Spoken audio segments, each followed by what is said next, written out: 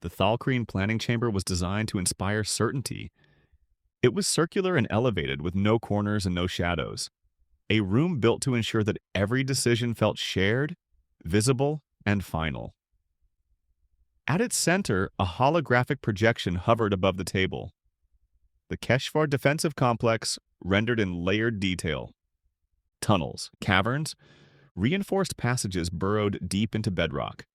The structure rotated slowly, obediently as the Thalkreen commanders gestured and spoke.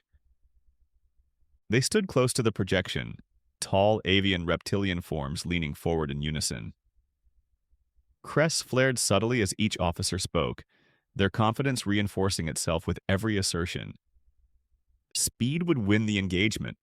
Commitment would break resistance. Momentum would decide the outcome. Colonel Aaron Pike stood just outside the inner circle. He hadn't been told to move there. He also hadn't been invited closer. There was space at the table, technically, but the space was already occupied by certainty, by doctrine, by assumptions that had worked before. The projection zoomed in on 3 wide tunnel mouths, cut cleanly into the stone. The primary ingress routes, reinforced, straight, inviting. Pike studied them quietly. They sloped downward at a shallow angle, narrowing gradually as they descended. Wide enough to encourage advance. Narrow enough to constrain movement, a textbook kill zone. The casualty estimates scrolled beneath the projection. They were optimistic, aggressively so. The model assumed resistance would collapse once sufficient force was applied, that defenders would break under pressure. The Keshvar, the plan implied, would behave like surface dwellers. Pike waited. A Thalkreen strategist highlighted the first approach corridor. "We force entry here," the strategist said. "Then here. We maintain pressure. We do not allow them time to regroup." Several commanders nodded. Crests lifted in agreement. Pike noted what wasn't being marked. No secondary exits, no cross tunnels, no fallback chambers, no indication that the maps might be incomplete. He waited longer. When the projection paused, just briefly, rotating back to its starting orientation, Pike stepped forward. "If I were in the Keshvar position," he began evenly, "I wouldn't contest the approach at all. I'd withdraw into the interior nodes, let you advance, let your forces commit." "But you're not." The interruption came smoothly, almost casually. One of the senior Thalkreen officers turned slightly, crest angling toward Pike. "You are human," the officer continued. "You do not think as they do." There was no hostility in the statement, only certainty. A few commanders inclined their heads in agreement. Pike didn't step back. "No," he said, "but they've been defending tunnel systems like this for generations. They don't see these as corridors, they see them as maneuver space." He gestured toward an unmarked junction. "They'll give ground deliberately, trade space for time, bleed you while you move deeper." Commander Varesh Tal turned at last. His posture was composed, his voice measured. "Static defenses fail," Tal said, "once momentum is established." Pike nodded once. "Against enemies who fear encirclement," he replied. "The Keshvar don't. They expect it." Tal gestured, and the projection shifted, this time highlighting the assault timetable. "Your concern is noted," the commander said, "but this is a Thalkreen operation. You are here as support." Support. Not partner, not equal. Pike considered pushing again. He had done so before in other wars with other allies. Sometimes it worked, often it didn't. This time, it wouldn't. He straightened and rendered a precise salute. "Understood." He stepped back. The discussion resumed immediately, flowing around the absence he left behind. The Thalkreen commanders switched to their own language. Voices faster now, unguarded. The translator did its job. They avoid frontal assaults. Fear response? No, physical limitation. They lack mass. They substitute caution for courage. They will hold the rear. Appropriate. Pike showed no reaction. He turned and walked toward the periphery of the chamber, where Major Lena Ortiz stood with her tablet already active.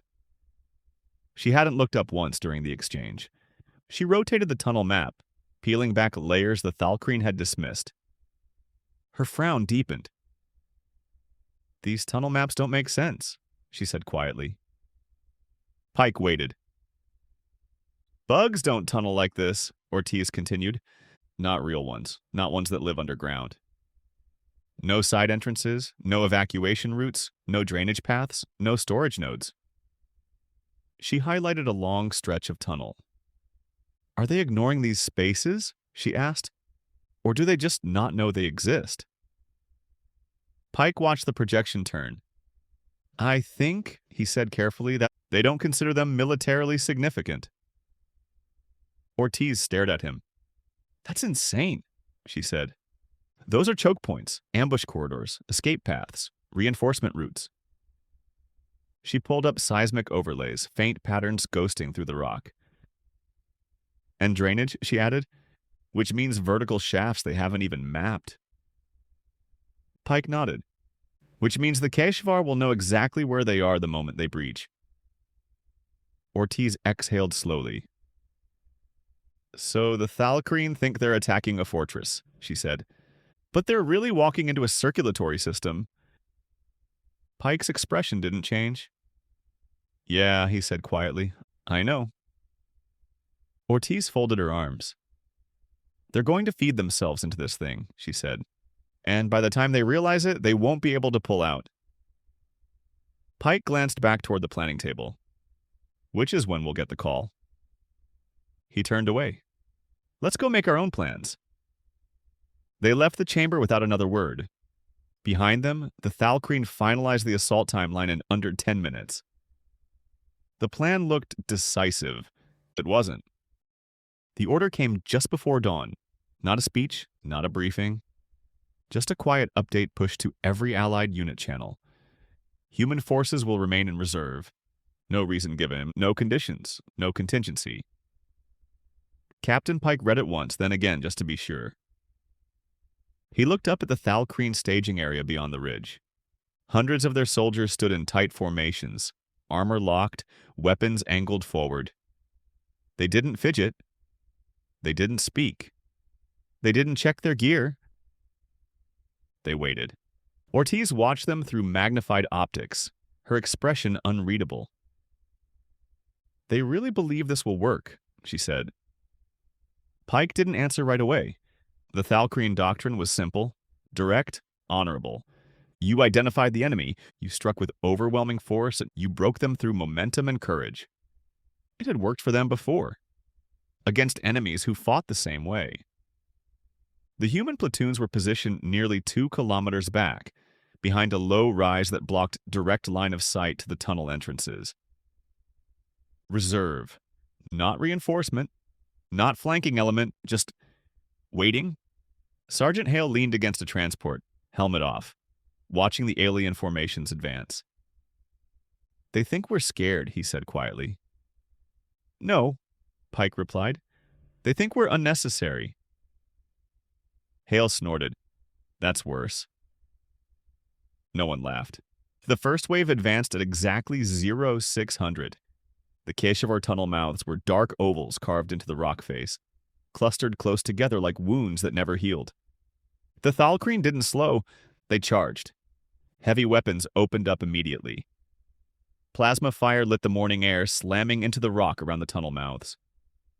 Explosions collapsed outer walls, throwing debris and dust skyward. From a distance, it looked impressive. Effective, even. Ortiz adjusted the zoom. "Contact," she said. The return fire was instantaneous. From inside the tunnels, energy bolts lanced outward at sharp, intersecting angles. Not wild, not panicked. Measured. The first Thalkreen line faltered. Not broke, faltered. Bodies fell. Formations compressed. Commanders shouted orders that couldn't reach every unit fast enough. Still, they pressed forward. "They're feeding them straight in," Hale muttered. Pike said nothing. The second wave went in less than 3 minutes later. The Thalkreen believed in pressure. If the first strike didn't break the enemy, the second would, and the third, and the fourth. Ortiz watched casualty markers bloom across the tactical display. Choke points, crossfire zones, interlocking fields of fire. Everything the tunnel maps hadn't shown. "They're not adapting," Ortiz said quietly. Pike shook his head. "They don't know how." A Thalkreen command channel opened abruptly. Static. Overlapping voices, the first edge of uncertainty. Reports came in fragmented bursts. Units pinned, unexpected resistance, tunnel branches not accounted for. Enemy reinforcements emerging behind initial contact zones. "They're flanking through internal passages," Ortiz said. "Exactly where the maps were blank." Pike exhaled slowly. Around them, the human soldiers had gone very still. No jokes and no bravado. Just professionals watching a situation deteriorate exactly the way they'd feared. The Thalkreen kept charging, not because it was working, but because it was what they knew. Pike lowered the binoculars. "They'll call us," he said. Hale looked at him. "When?" Pike watched another formation disappear into a tunnel mouth that was already marked red with casualties. "Soon," he said, "but not soon enough." The collapse didn't come all at once. It came in pieces. A broken formation here, a stalled advance there. Units that went silent and never came back online. The Thalkreen command net filled with updates. Clipped, professional, increasingly strained. Advance stalled. Enemy resistance heavier than projected. Unexpected tunnel emergence behind forward elements. Captain Pike listened without speaking. He didn't need to look at the tactical display to know what it showed. Ortiz did anyway. Red markers spread outward from the tunnel complex, not in neat lines, but in irregular blooms. Pockets of contact flared, vanished, then reappeared behind positions that were supposed to be secure. "They're rotating units through the internal passages," she said. "In and out. Never holding ground long enough to be pinned." Hale frowned. "They're bleeding them." "Yes," Ortiz said. "On purpose." The third wave never reached the tunnel mouths. It broke under crossfire before it could even deploy heavy weapons. Thalkreen officers tried to restore momentum, rerouting units, compressing formations, ordering renewed charges against the same entry points that had already swallowed 2 assaults. Each time, the result was worse. The Keshvar didn't pursue and they didn't countercharge. They waited, then struck from angles no one had planned for, and a command channel flared open without warning. The Thalkreen field commander's voice cut through the noise. Sharp, controlled but no longer confident. "Enemy resistance exceeds projections, requesting immediate reinforcement." The request wasn't addressed to the humans, not yet. Thalkreen doctrine didn't adapt quickly, it endured. They committed the reserves. Ortiz exhaled slowly. "That's it," she said. "They've got nothing left." The fourth wave advanced into smoke, debris, and overlapping fire. This time, they didn't even make contact. The Keshvar collapsed the outer tunnel faces as the Thalkreen approached, burying attackers under tons of rock and sealing off retreat routes behind them. Secondary fire erupted from hidden exits farther up the ridge. Kill zones, perfectly timed. Pike lowered the binoculars. "They've learned their enemy well," he said quietly. Hale didn't look away. "And we're watching allies die because they wouldn't listen." Silence spread across the human line. Not shock, not anger, recognition. Every soldier there had seen this before. Different terrain, different uniforms, same outcome. A plan that could not change meeting an enemy that could. The Thalkreen command channel opened again. This time there was no formality, no doctrine, just urgency. "Human forces," the commander said.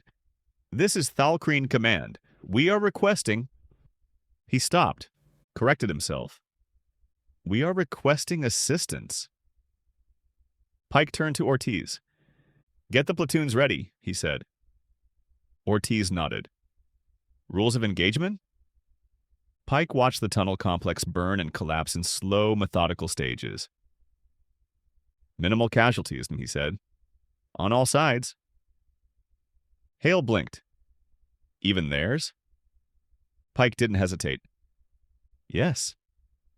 The order went out across the human channels. Not shouted, not celebrated, just acknowledged. Human forces moving.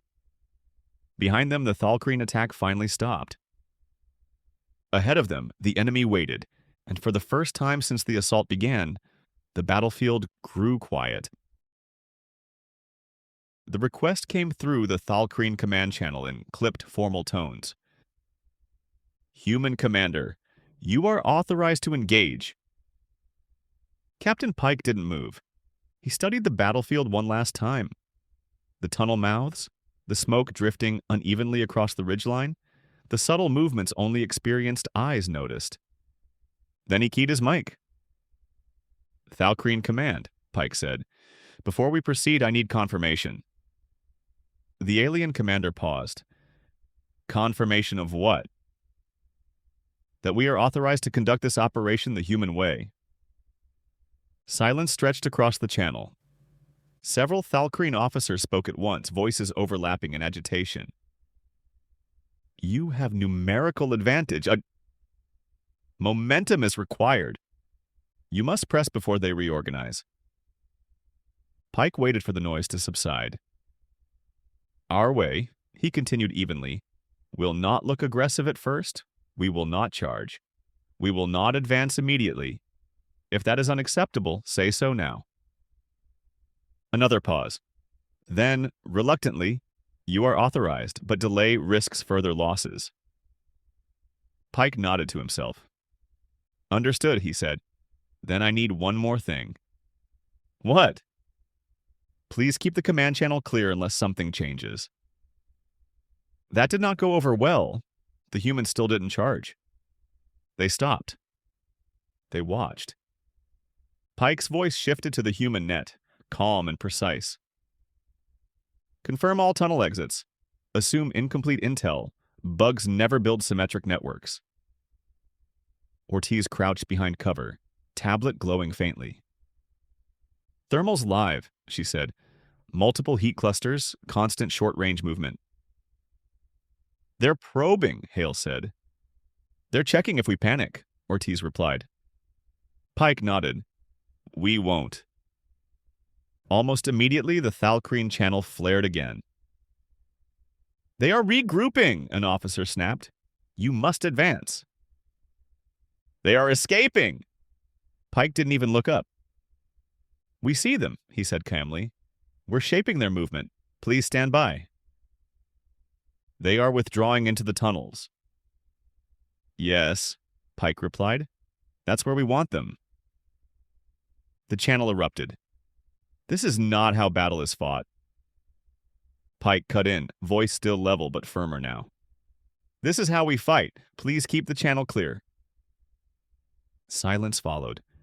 Tense, resentful, but real. Human units began to move, not forward but outward. Fire teams spread laterally, spacing precise, arcs overlapping. Drones lifted silently, slipping into vents and fractures no Thalkreen map had ever marked. Ortiz's display filled rapidly. Secondary exits confirmed. Tertiary, too. Some are small. Emergency use only. Hale frowned. They can pop up anywhere. They could, Ortiz said. Now they'll only pop up where we're waiting. The first charges were placed with care. Not to seal the tunnels, to edit them. Collapse pattern alpha, Pike ordered. Redirect movement, leave lanes. Explosions rolled through the rock, controlled, deliberate. Almost immediately, heat signatures surged toward the remaining exits. They're committing, Ortiz said. Good, Pike replied. Mark engagement zones. The Keshvar burst into daylight, fast, aggressive, disoriented. They met disciplined fire. Human teams engaged briefly, decisively, then disengaged before return fire could stabilize. Again, the Thalcrine channel crackled. You must pursue. They are retreating. Finish them! Pike exhaled slowly. Negative, he said. We're letting them run. That makes no sense. It does, Pike replied. Fear travels faster than bodies. Inside the tunnels, Keshvar units attempted flanking maneuvers. They ran directly into mapped kill zones. Every attempt to reposition narrowed their options further. Then something changed. Ortiz stiffened. New contacts, she said.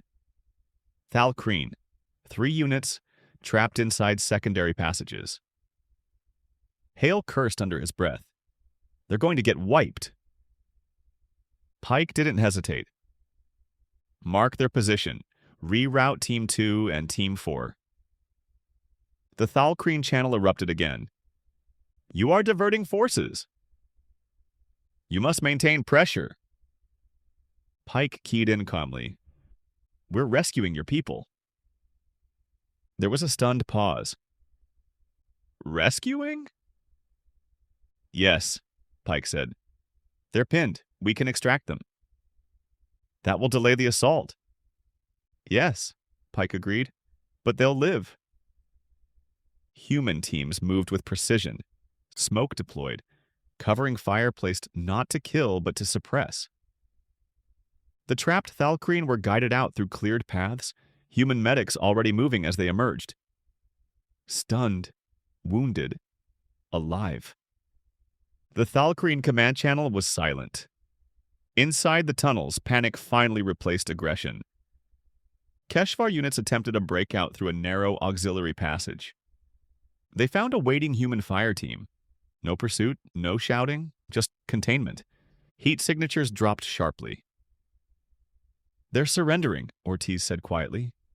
Dropping weapons. Hale let out a slow breath. They figured it out. Yes, Ortiz said. They survived long enough to learn. Human units held position long after the last shot. 10 minutes, then 5 more. Only when every sensor read clear did Pike give the order. Advance, slow, clear and secure. They entered cautiously. Weapons low, lights controlled. The Keshvar did not resist. When it was over, the battlefield was intact. Casualties were far lower than projected, even on all sides.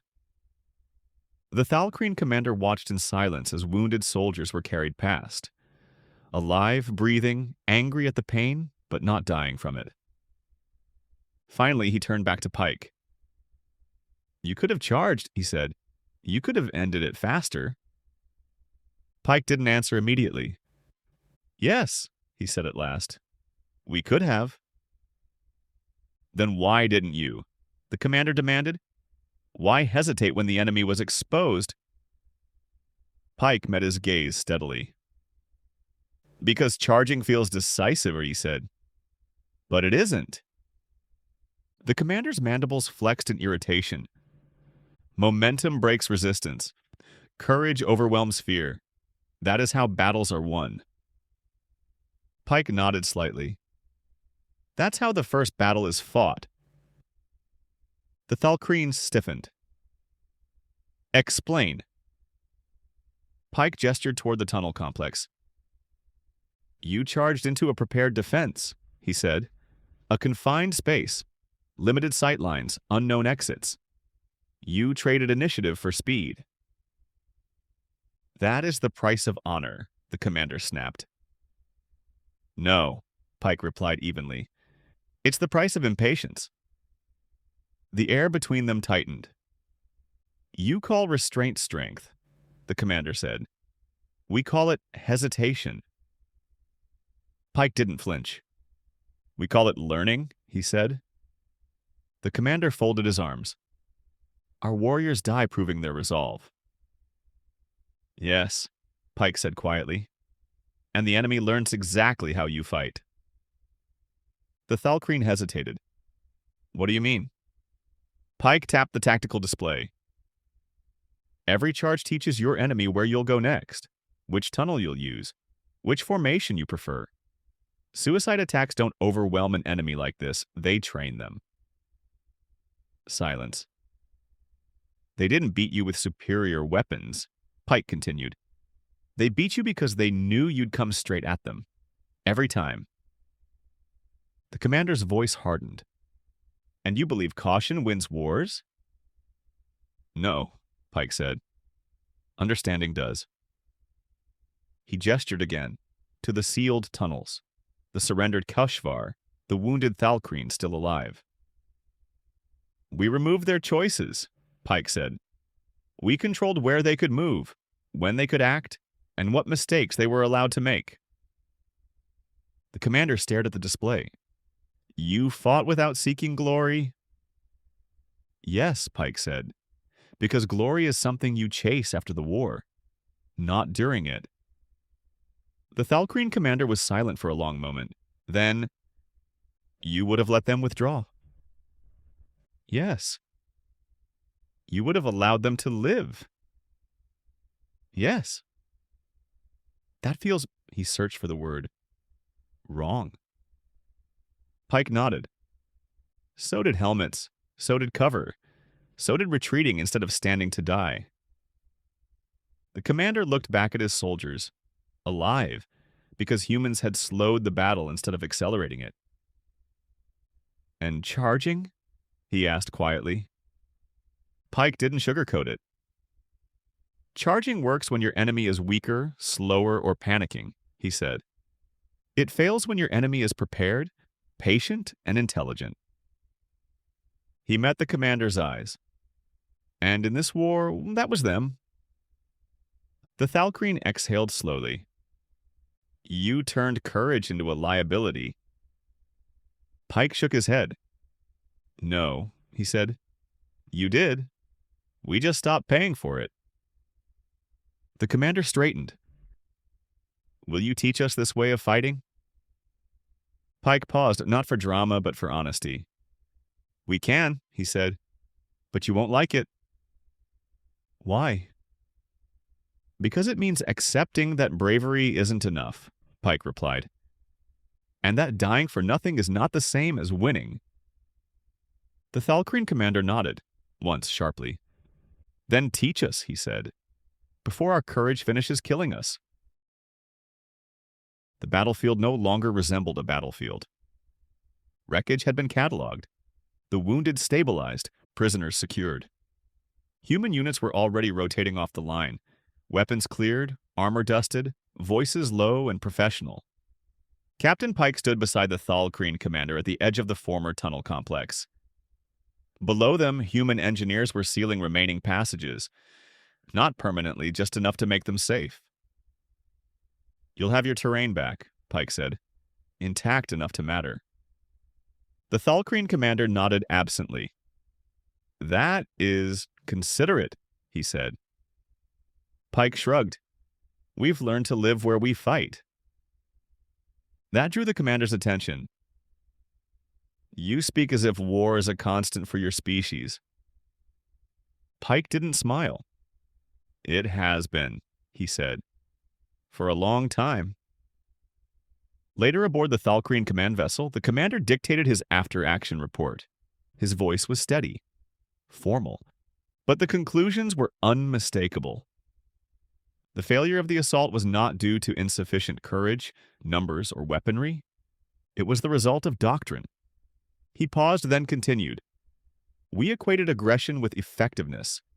We believed momentum would overwhelm resistance. Instead, it surrendered initiative. The tactical display replayed the battle, not as it had been fought, but as it had been controlled.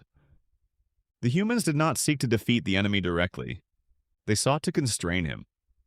Markers appeared, exits denied, options removed, decisions forced. Where we advanced, they observed. Where we committed, they repositioned. Where we sacrificed, they preserved. The commander clicked his mandibles once, at a gesture of frustration, not at the humans, but at himself. Our suicide charges did not intimidate the enemy. They educated him. He let that line sit. Each assault revealed our intentions. Each loss reduced our flexibility. Courage became predictability. In a separate compartment, Pike sat with Ortiz and Hale, reviewing human casualty reports. "Minimal losses," Ortiz said. "Lower than projected." Hale leaned back. "That's the part they don't get." "Which part?" Pike asked. "That we've done this before," Hale said. "Over and over."